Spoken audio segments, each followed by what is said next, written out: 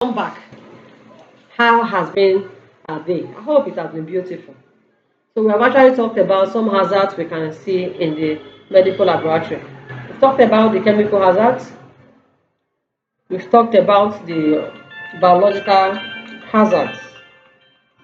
So welcome back. Like I said in the last class, we treated some of the hazards we can face in the laboratory, and now we are going to be talking about electrical hazards. Electrical hazards, for example, fire. When there is fire outbreak as a result of maybe electrical wires not well connected, or So let's see what we have under it. Even the most experienced research professionals can overlook basic safety principles when working with electricity. So it is vital that protective measures are employed throughout the laboratory, particularly hazardous and electrical units which are positioned close to liquid. Take note. Take note of this statement. Hazardous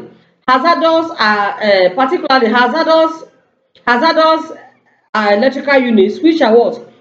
Hazardous electrical units which are positioned close to liquid.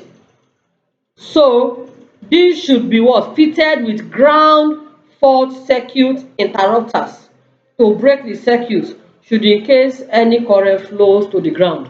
Some of us do it yourself. We can do it by ourselves. You want to do your electrical connection by yourself. There are some persons who are experienced in that field. They know the right thing to do. Should in case wire is passing through where there is liquid, they know the right thing to put, so that should in case there is any issue, there will be no shock. I don't know if you're getting me. I don't know if you're following me. So electrical fires, they are another common laboratory hazard which can occur when incorrect or unsafe cords and plugs are used. Any electrical appliances used in the laboratory should be fit for purpose. It should be up to date and correspond to connected devices before they are what? Implemented.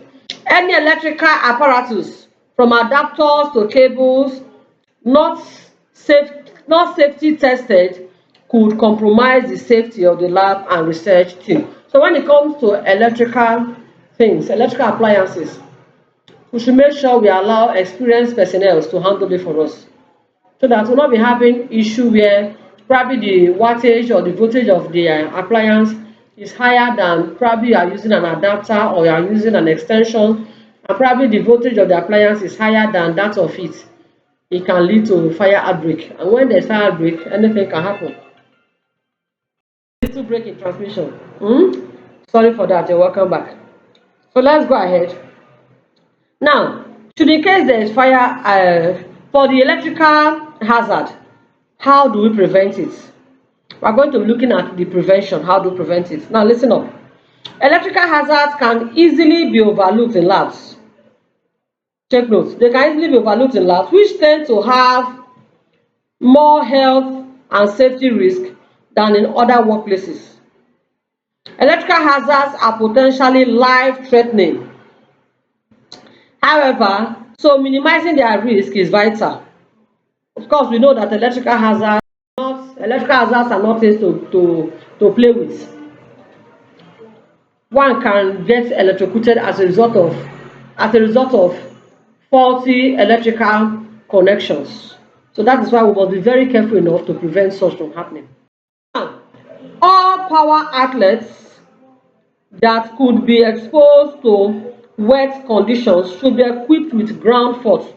People who are electricians, they understand what I'm saying. Ground fault, there's something called a ground fault circuit interrupter. So that in case wire passes through where there is water, where there is a liquid, it will prevent it from having issues. Water and electricity, they are not friends. Okay, so let's continue. Now, flexible extension cords should also be well maintained and never used as a substitute for permanent wiring. Electrical pendants can be used where possible to keep cords out of the way. Now, in case there's an electrical emergency, what should be done? That is the question now, because of course accident must happen. Mark my word, accident must happen. We are praying it should not happen to us, but it must happen.